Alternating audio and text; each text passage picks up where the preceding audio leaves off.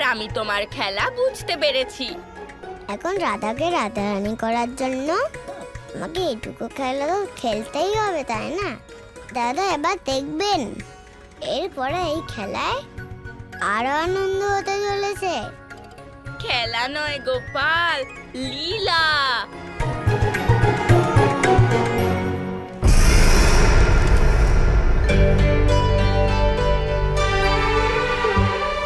তোমাকে অসংখ্য ধন্যবাদ বন্ধু।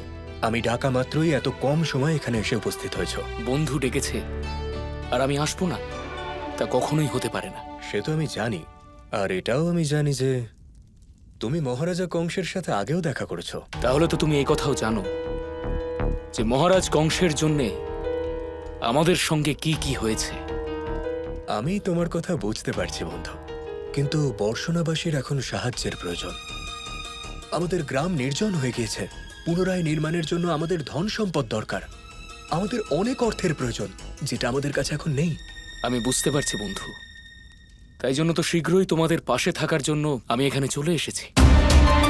এখন আমরা নারায়ণের কাছে একটাই প্রার্থনা করি, যে উদ্দেশ্য পূরণ বা যে ইচ্ছে পূরণের জন্য তুমি এখানে এসেছো, মহারাজ কংস যেন তা পূরণ করে।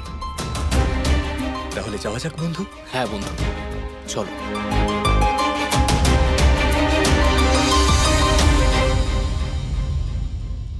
সাবধান, মথুরার রাজা মহারাজ কংস পদার্পণ করতে চলেছেন।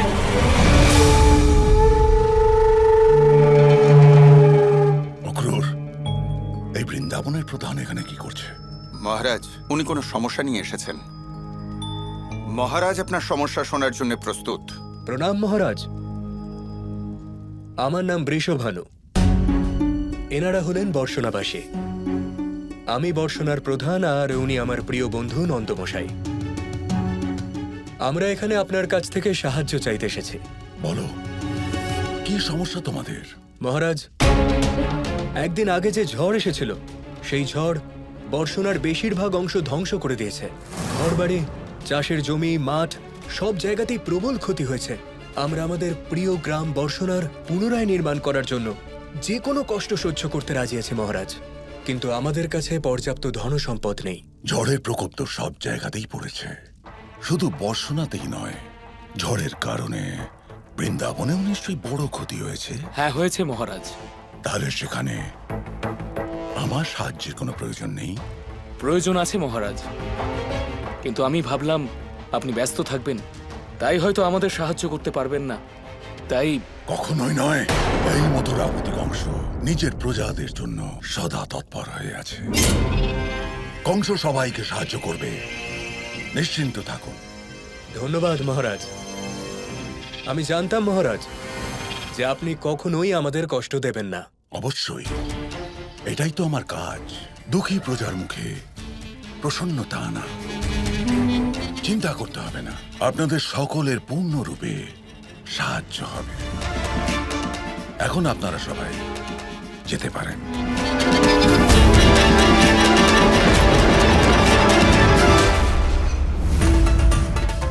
গোপাল, মামা নিশ্চয়ই কোনো ষড়যন্ত্র করছে বর্ষণার বৃন্দাবনের বিরুদ্ধে।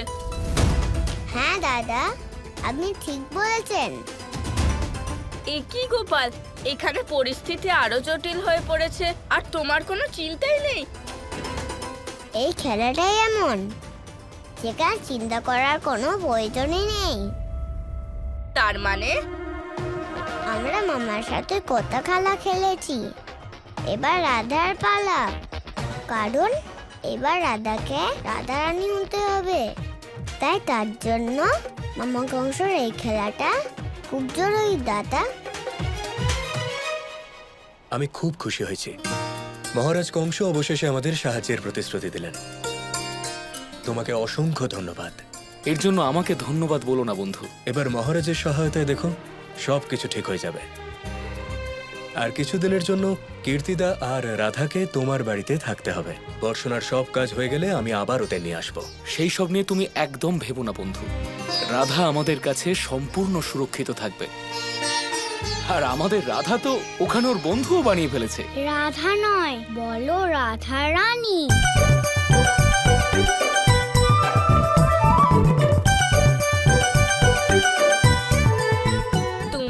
এসো এসো, আমি তো গোপালের সাথে খেলতেই যাচ্ছিলাম।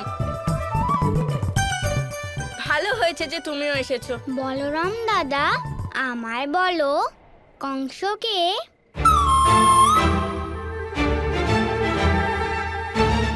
অক্রূর তো আমায় আগেই জানিয়েছিল যে বৃষভানের কন্যা রাধা বৃন্দাবনে যাচ্ছে, আর এই বৃষভানুর আমাদের সাহায্যের প্রয়োজন।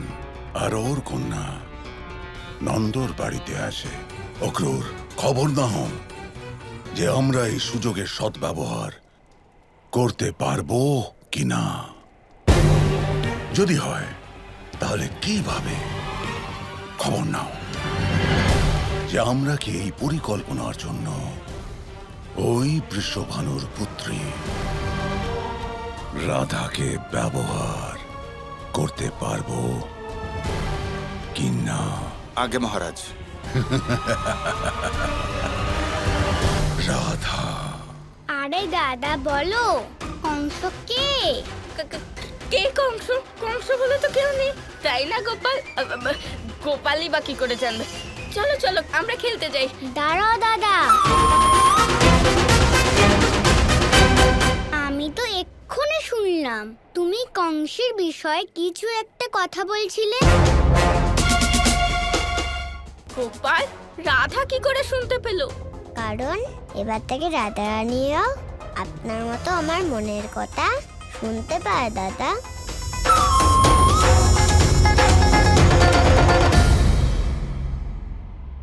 গোপাল বলো না, এই কংস মামা কে? কংস হলেন আমাদের মামা। উনি সর্বদা আমাদের সাথে কোনো না কোনো খেলা খেলতেই থাকেন। এবার আমার এমন মনে হচ্ছে যে এবারেও মামা কোনো অলৌকিক খেলা খেলতে চলেছেন।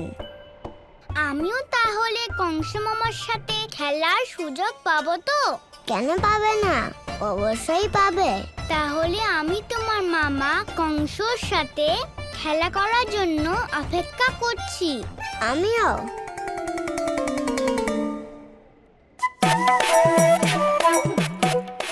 কি হলো দাদা, এভাবে কেন দেখছেন? রাধা তোমার কথা শুনতে পাচ্ছে, এই কথাটাও তুমি আমায় আগে বলনি।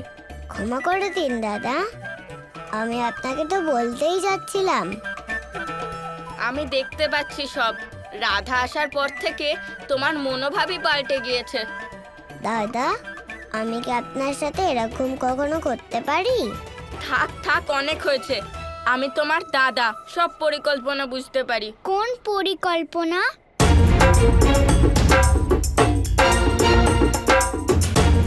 গোপাল তোমায় বলে দেবে। তুই ঠিক জানতে পারবে রাধারানী, কিন্তু এই কথাটা গোপন রাখতে হবে যে আমরা তিনজন একে অপরের সাথে কথা বলতে পারি। মনে রাখবে যেন কেউ আমাদের এই গোপন কথাটা জানতে না পারে। ঠিক আছে, কিন্তু গোপাল, এই খেলার আরম্ভ শীঘ্রই হতে চলেছে, কিন্তু এখনো আমার মনে হচ্ছে যে রাধার এই খেলায় অংশগ্রহণ করাতে আনন্দ হতে চলেছে। এবার তো এই খেলা আরো আকর্ষণীয় হবে,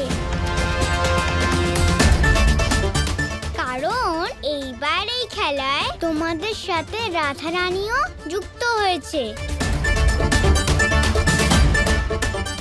আমরা অনেক বড় একটা খেলা খেলবো, তাই তো গোপাল? হ্যাঁ রাধা রানী। কিন্তু রাধা রানী, তুমি তো এই খেলায় নতুন। আর আরে আমার প্রিয় দাদা, আপনি চিন্তা করবেন না, আমি আছি তো। দাদা তুমি চিন্তা করো না, আমাদের খেলা খুব ভালো হবে, খুব মজা হবে, আর কোনো ক্ষতি হবে না। ঠিক আছে দাদা রানী, এই গোপন কথাটা যেন তোমার মধ্যেই থাকে, ঠিক আছে? রাধা। হ্যাঁ মা।